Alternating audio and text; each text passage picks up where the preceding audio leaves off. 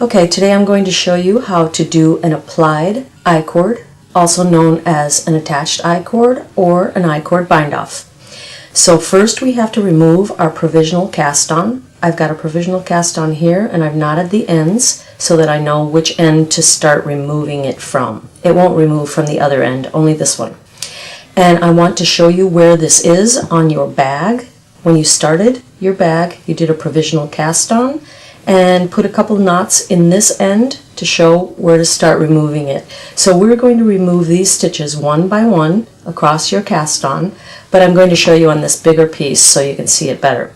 So just with my fingertips, I'm going to loosen this last stitch here, pull it out, and I've got my knitting needle ready, and I'm just going to release one stitch at a time from the original provisional cast-on like this. Just pull it out with my fingertips. I'm going to take my knitting needle and put my knitting needle in the stitch below. If you used a different color, it's easy to see. So just from front to back in the stitch below the provisional cast-on, then I can pop the provisional cast-on out one at a time.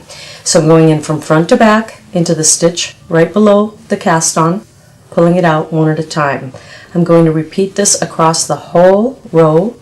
The whole provisional cast-on gets taken out, and then we'll be able to do the applied I-cord with live stitches. When you finish your bag, you are not going to bind off on the end of the bag, so you will have live stitches already, but for the beginning you did it with this provisional cast-on. So I'm just going to continue taking out all the stitches from front to back onto my knitting needle. And I'm using a circular knitting needle so that we can easily do the applied I-cord without a double point needle. Some people like to do it with a double point, but I'm just going to show you this one method that I happen to like. I'm going to just dig this last stitch out of here. Actually, just undo it by hand. There we go. And then get it back in that stitch. There we go. Okay, so now we've got all those. Now to start the provisional cast-on, we need to add some stitches to the end of this needle. So I'm just going to use another piece of yarn, turn my work, and I'm just going to do a long tail cast-on with my extra piece of yarn. This would be a matching piece of yarn on our actual bag, but for purposes of the video, I'm using another color yarn so you can see it. Okay, so now we've got 4 stitches cast on. I'm going to turn it again like this. So we've got our live stitches plus our 4 stitches of our cast on that's going to become our attached I-cord. So to do the I-cord, we're using the cord yarn, and we're going to knit 3 stitches, and then we're going to attach the knitting to the bag or the piece of knitting by knitting 3 stitches over here, whoops, and then we've got the last stitch of the cast on with the first stitch of the bag, and we're going to knit those 2 together. After that, we've got stitches over on our right needle. We need to remove them from the right needle and transfer them back to the left needle. One at a time. Just move them over without twisting. Don't put your needle in this way. Just move them over purlwise to the left hand needle, and you're going to repeat that again. Give a little tug to the back of the knitting just to keep this edge nice looking. Knit 3, and then knit 2 together to attach the I-cord and the bag together, just like that. Knit those 2 together. Repeat that process. So just transfer back to the left hand needle,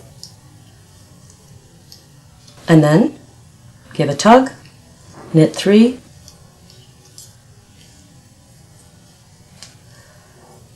and knit 2 together to attach to the bag, transfer back. This makes a nice finish for the edge of your bag. Kind of looks like a piping on the edge of your bag. It's nice if you do it in a contrasting color, or you can do it in a matching color. Knit 2 together, move back. So you can see we're moving across the entire row. You're going to be moving across the entire top edge of your bag. This is going to be the first step that you do on your bag before we do any seaming.